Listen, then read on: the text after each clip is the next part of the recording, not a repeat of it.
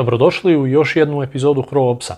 I sada se bavimo jednim tekućim događajem, dakle sukobom koji je izbio između Armenije i Azerbejdžana u vezi sa spornim područjem Nagornog Karabaha. Riječ je o dijelu Azerbejdžana formalno koje je za vrijeme rata početkom 90-ih proglasilo nezavisnost, budući da je riječ o armenski većinskom području i čini se da je Azerbejdžan pokrenuo jednu veću ofenzivu s ciljem ponovnog zauzimanja tog područja, što je zapravo vodstvo države već nekoliko puta i najavljivalo. Budući da sam sukob još uvijek traje, cijela je situacija vrlo fluidna, pa se ne mogu donositi nekakvi konačni zaključci ili nekakva apsolutna predviđanja kako će se razvijati u budućnosti, ali to nam isto tako pruža i mogućnost da malo pogledamo što se zapravo događa i kako koja strana koristi sustave i tehniku kojom raspolažu. I jedni i drugi koriste oklopno mehanizirane snage, znači tenkove, oklopna borbena vozila, ali i zrakoplovstvo, helikoptere s posebnim naglaskom na borbenim bespilotnim letjelicama sa strane Azerbejdžana koji se sa njima očito dosta pojačao u proteklih nekoliko godina. Inače, do sada objavljene snimke, oba dvije strane objavljuju snimke borbenih djelovanja po protivniku, tako da vidimo, na početku smo vidjeli odmah i djelovanja armenskih snaga po azerskom oklopu, dakle po tenkovima i položajima.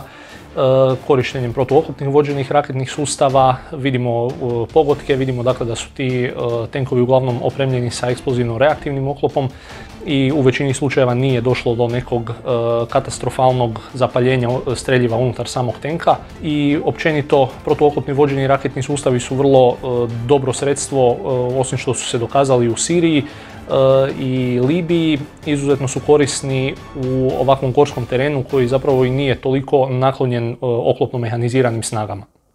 Azerbejdžan pak objavljuje snimke djelovanja sa svojih bespilotnih letjelica koje su najvjerojatnije turski Bayraktar TB2, budući da je simbologija na samim snimkama gotovo identična onoj na snimkama turskih bespilotnih letjelica prilikom djelovanja u Libiji i Siriji, tako da možemo zaključiti da najvjerojatnije se radi o ovim sustavima.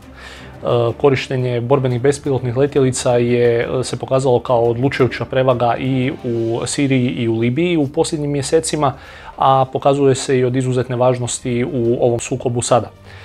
Prema snimkama koje su objavljene i koje možete vidjeti, azerske bespilotne letjelice su uništile nekoliko PZO sustava do sada armenskih snaga, prvenstveno sustava kratkog dometa, zapovjedno vođene ose i optički, odnosno infracrveno vođene strele. Kao što se vidi iz samih snimki, neki od tih sustava bili su aktivni u trenutku uništenja, što definitivno pokazuje jednu slabost protuzračne obrane kratkog dometa protiv bespilotnih letjelica, jer na jednak način su Bayraktari u Libiji i Siriji s lakoćom uništavali do tada razvikane ruske PZO sustave Pancir S1.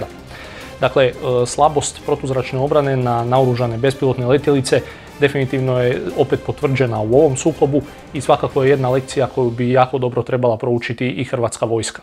Osim protuzračne obrane, bespilotne letjelice su uništile i nekoliko tenkova, borbenih vozila te topničkih položaja. Naravno, armenska strana tvrdi da je srušila više desetaka bespilotnih letjelica, bez nekakvih konkretnih dokaza teško je ulaziti u točne brojeve, no nema sumnje da su neke bespilotne letjelice oborene. U svakom slučaju, puno je lakše izgubiti bespilotnu letjelicu nego protuzračni sustav ili oklopno vozilo ili tenk i njihovu posadu. Premda je Azerbejdžan uspio zauzeti neke rubne dijelove Nagornog Karabaha u inicijalnoj ofenzivi, čini se da nema nekog pretjeranog momentuma sama ofenziva i upitno je koliko su realne već više puta spominjane najave samog vrha države da će se zauzeti cijela odmetnuta regija, tako da treba vidjeti koliko će se situacija zapravo borbeno razvijati, s obzirom da malo kome i odgovara ovakvo žarište, pogotovo Rusiji koja je, dakle, vidi Armeniju i Azerbejdžan kao svoje neposredno dvorište i teško da je voljna tolerirati neki produljeniji ili veći sukob u tom području. Azerbejdžanske napore inače svesrdno podržava Turska.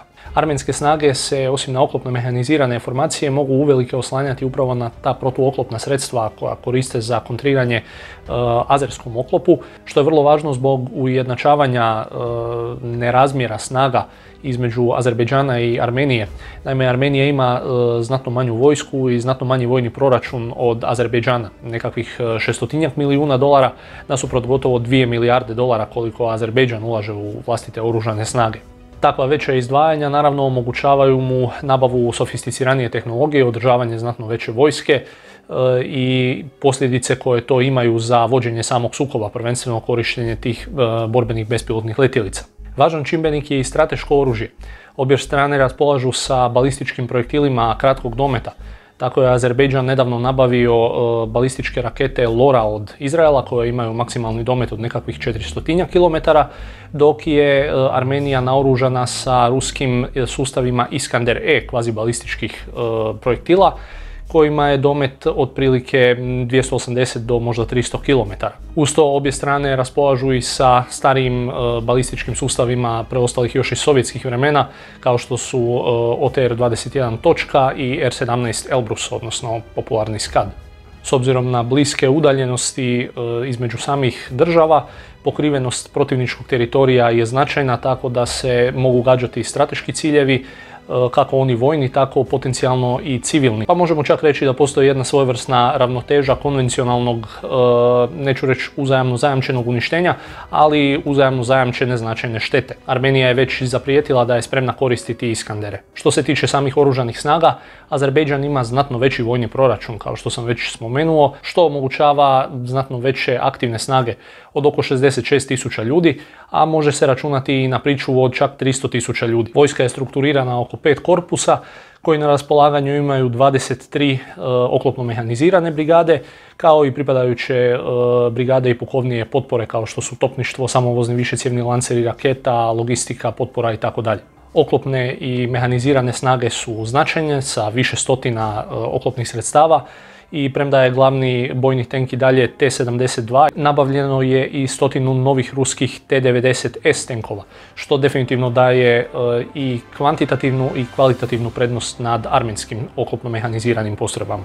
Topništvo je mnogobrojno sa širokim rasponom kalibara i značajnim udjelom samovoznih višecjevnih lancera raketa. Protuzračna obrana je također vrlo snažna, uključuje strateške sustave kao što su S-200 i S-300 PM i PMU-2, ali i sustave kraćeg dometa kao što su Buk, S-125 i S-75 koji su već i poprilično zastarjeli, te sustave kratkog dometa kao što je OSA i Strela. Okosnica borbenog zrakoplovstva je eskadrila MIG-ova 29, no uz njih postoji i pukovnija sa Su-24 taktičkim bombarderima i jurišnicima Su-25 i eskadrila školsko-borbenih L-39 Albatrosa. Transportne sposobnosti oslanjaju se na avione An-12, a vertikalna komponenta sastoji se od transportnih helikoptera Mi-8 i Mi-17 te jurišno-desantnih Mi-24. Azerbejdžan raspolaže i s ratnom mornaricom od 20-ak brodova, no ona neće biti neki odlučujući čimbenik u Nagorno Karabahu. Armenska vojska znatno je manja, ima oko 45.000 pripadnika aktivnog sastava te može računati na nekih 210.000 pričuvnika uz dodatnih 50.000 armenskih vojnika u samom Nagorno Karabahu, odnosno vojnika armenske samoproglašene države. Proglašeno je ratno stanje i opća mobilizacija zbog izbijanja sukoba, a armenska vojska je strukturirana također oko 5 korpusa. No u aktivnom sastavu njihove sposobnosti i veličina je zapravo približnija brigadi ili ojačanoj brigadi. Armenske oklopne snage znatno su manje od azerbejdžanskih i oslanjaju se na starije varijante tenkova T-72 i borbenih vozila pješaštva BMP-1 i 2, te serijom oklopnih transportera BTR. Ratno zrakoplovstvo je nedavno ojačano narudžbom eskadrile višenamjenskih borbenih aviona Su-30 SM i premda su isporučena najmanje 4 aviona, jednostavno nije bilo dovoljno vremena da se kompletira cijela eskadrila, a pogotovo ne da se dosegnu pune operativne sposobnosti, pa teško da će igrati neku odlučujuću ulogu u sukobu. No zato se može koristiti eskadrila jurišnika Su-25, a na raspolaganju su također i školsko-borbeni avioni L-39.